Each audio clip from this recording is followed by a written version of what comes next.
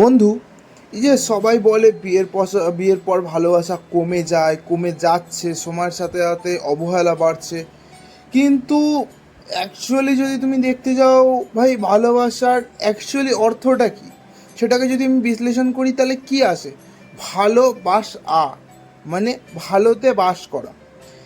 কিভাবে সেটা করা যায়? একে অপরের প্রতি ভালো করে দায়িত্ব নিলে, অর্থাৎ মনে প্রাণে এটা একে অপরকে ভালোবাসা, অপরের ভালো চাওয়া, অপরের উন্নতি হওয়া, এভাবেই একে অপরের প্রতি নিজেকে সেই জায়গাটায় দেওয়া যে হ্যাঁ, তার যেন ভালো হয়, তাকে কিভাবে ভালো রাখবো, এগুলোতেই ভাই ভালোবাসা টিকে থাকে। হতে পারে এর সঙ্গে নিজেরও কিছুটা স্বার্থ জড়িত থাকে, কিন্তু নিজের বাঁচাও বেড়ে ওঠার সাথে অপরের বাঁচাও বেড়ে ওঠার সমান গুরুত্ব করা ভালোবাসারই লক্ষণ ভাই।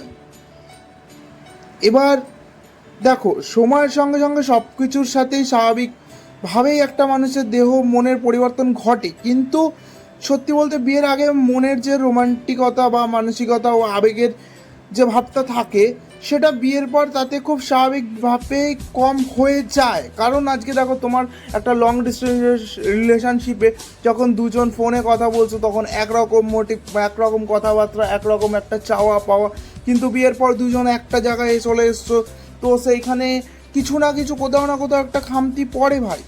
কারণ সংসারটা, আমাদের যে বিয়ের পর সংসারটা, সেটা কল্পনার রামধনু নয়, সাদা কালোর ছবির কঠিন বাস্তবের সাথে কল্পনার সংঘাত, কল্পনার একটা লড়াই হবে ভাই।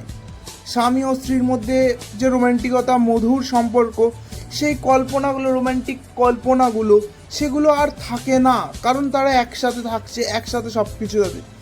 সে জায়গায় আসন, সেই জায়গাটায় মানে ধরে নেয়, সেই জায়গাটায় বসতে চাই বাস্তবতা। আমাদের আচরণে উভয়ের মধ্যেই আবেগের যে ধরনের বহিঃপ্রকাশ আগে একটা ছিল, বিয়ের আগে যেটা ছিল, ঠিক তেমনটা আর থাকে না বন্ধু।